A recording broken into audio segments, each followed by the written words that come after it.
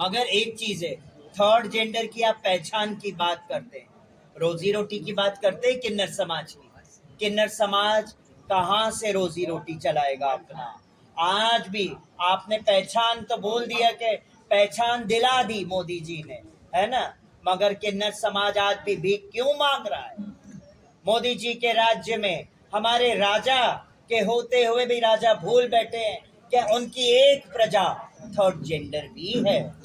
हेमांगी जी, बनारस की विकास को आप किस रूप में देखती हैं?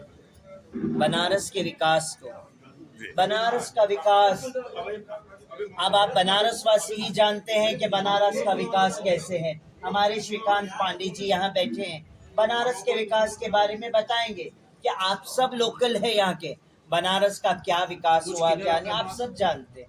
आप किस तरीके से नहीं, प्रधानमंत्री के मुकाबले आप खड़ी हो रही हैं, और क्या क्या मुद्दे होंगे आपके? आप सर समाज के लिए क्या योजना बनाई है, क्या किस तरीके से आप उनसे मुकाबला करेंगी, तो क्या लक्ष्य है? मुद्दा क्या होगा? हमारा मुद्दा यही है, किन्नर समाज को मेन स्ट्रीम में लाना चाहिए। बेटी बचाओ बेटी पढ़ाओ का नारा हमने कभी गलत कहा है?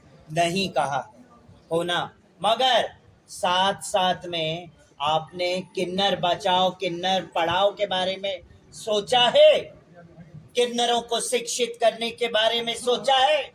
नहीं सोचा है ना। सबका साथ सबका विकास का नारा तो बहुत अच्छा रहा, मगर सबका साथ तो मिला, क्या सबका विकास हुआ है?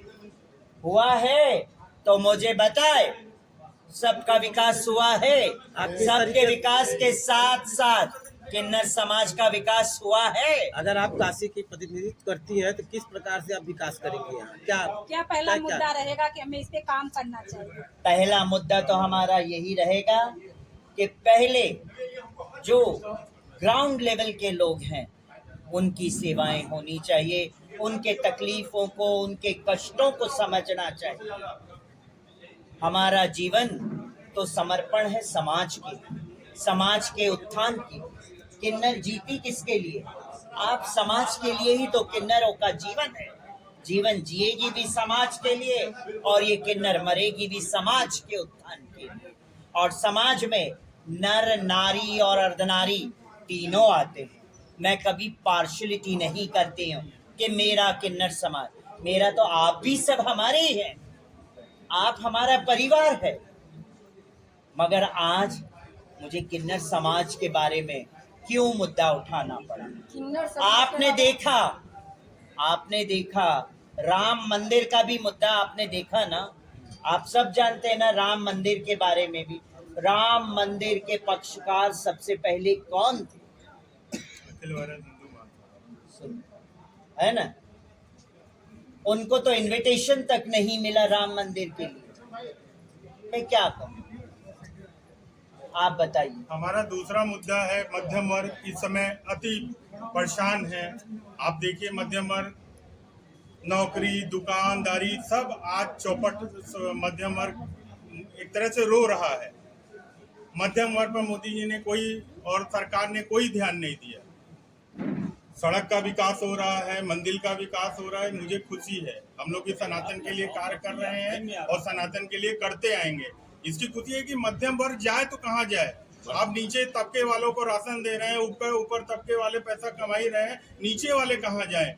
के गढ़ है ना कि नहीं है? बनारस वासी तो शिव के गढ़, काशी वासी तो शिव के गढ़, और शिव के गढ़ों की सेवा करने अर्धनारेश्वर है।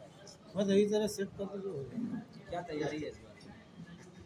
तैयारी ये है कि अब चुनाव लड़ेंगे और हम हमारे हक की बात करेंगे, हमारे समाज के हक की बात करेंगे, है ना, जो आज तक हमारे समाज के बारे में सोचा नहीं गया।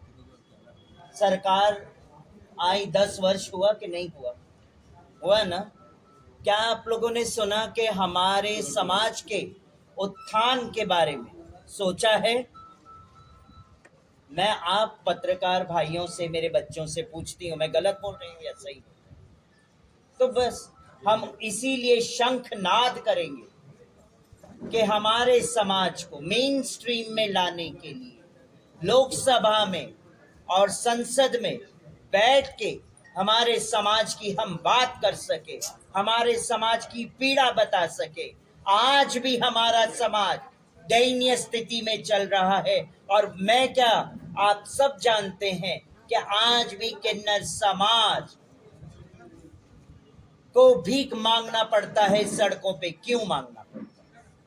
मैं गलत बोल रही हूँ या सही बोल रही हूँ? आप बताइए सब, मैं गलत बोल रही हूँ? आज भी भीख मांगना पड़ता है हमारे किन्नर समाज को। आज भी कई किन्नर समाज प्रोस्टिट्यूशन करने पे मजबूर है। क्यों है मजबूर? मैं सरकार से पूछना चाहती हूँ। आज पूछता है हमारा किन्नर समाज। इसीलिए मैं इस वाराणसी भगवान अर्धनारीश्वर की भूमि है, आप शिव गणों की भूमि है।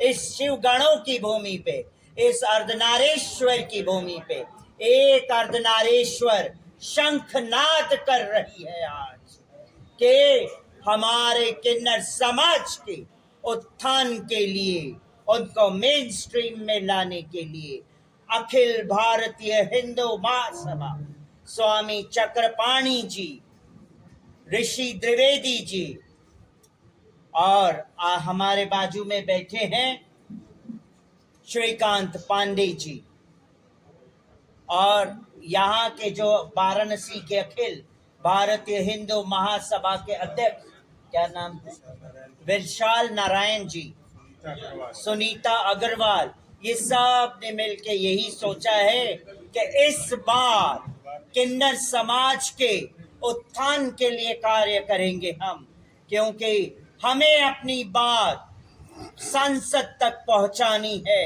हमें हमारी बात सरकारों के कानों तक पहुंचानी है। ये हमारी आवाज की गूंज उन तक पहुंचनी चाहिए। आज हमें खड़े होना पड़ रहा है, इसीलिए लोकसभा चुनाव और वो भी नरेंद्र मोदी जी के अगेंस्ट में इसीलिए खड़ी हूं कि मेरा किन्नर समाज आज भी भीख मांगना पड़ रहा है। आज भी अपने हक के लिए, आज भी अपने हक के लिए ये किन्नर आज भी भीख मांगने के लिए आज लोकसभा चुनाव में खड़ी हो रही है और हुंकार लगा रही है और काशी वासियों से हाथ जोड़ के ये अर्धनारीश्वर, इस अर्धनारीश्वर की भूमि पे सबसे विनती करती है कि हमारे समाज के लिए आज सब आए और आगे खड़े हों, एकजुट हों। सही कह रही हो ना श्रीकांत जी? वोट तो सर्व समाज से लेंगे आप।